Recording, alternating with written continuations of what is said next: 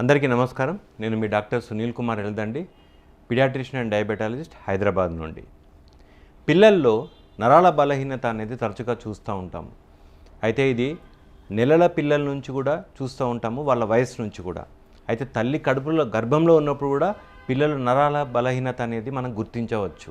ఎలా అంటే తల్లిలో వాళ్ళకి లోపల క్వికెనింగ్ అంటాము, అంటే పిండం యొక్క కదలిక సరిగ్గా లేదు అన్నప్పుడు రకరకాల కారణాలు ఉండొచ్చు. దానిలో ఒక కారణము నరాల బలహీనత.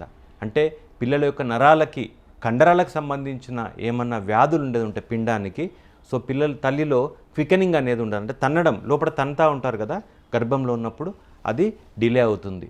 అటువంటప్పుడు గుర్తుంచుకోవాల్సిన విషయం ఏంటంటే ఇది ఖచ్చితంగా డాక్టర్కి మనము కలిసి చెప్పాల్సిన విషయం. అదేవిధంగా పుట్టినాక పిల్లలు ఏడవకపోవడము కూడా వన్ ఆఫ్ ది రీజన్ అన్నమాట. ఏం కారణం అని అంటే వాళ్ళకి ఒక నాలుక, తర్వాత వచ్చేసి వాళ్ళ యొక్క దవడలు, తర్వాత వాళ్ళ బ్రెయిన్, ఇదంతా ఒక కోఆర్డినేషన్, ఒక సర్క్యూట్ లాగా పనిచేస్తాయి.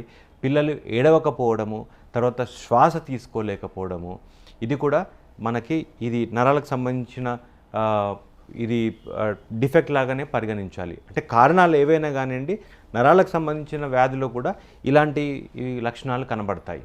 అదేవిధంగా పిల్లలు 3 నుంచి 5 నెలల వయసు వరకు మెడలు నిలబెట్టడము, తర్వాత నెల వయసు దగ్గర నుంచి తల్లి ఎక్కడికి వెళ్తూ ఉంటే అక్కడికి తల తిప్పి చూడడము, అదేవిధంగా 8వ నెల వరకు కూర్చోవడము, 10వ నెల వరకు నిలబడము, సంవత్సరం వరకు నడవడం అనేది చేస్తూ ఉంటారు.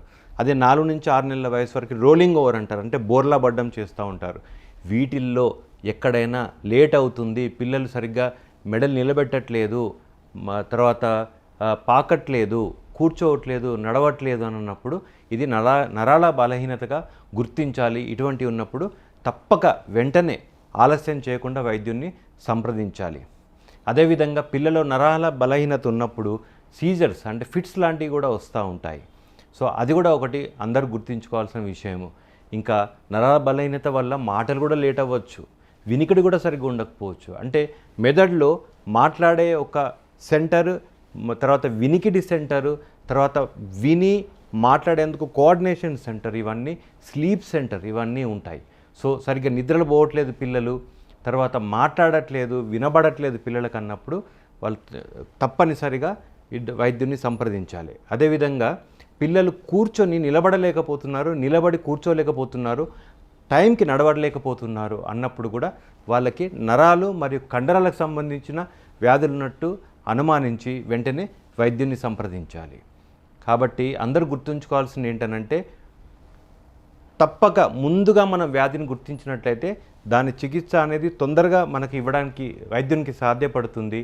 సో తద్వారా పిల్లల యొక్క భవిష్యత్తుకి మీరు పునాది వేసిన వారు అవుతారు. సర్వేజన సుఖినో భవంతు.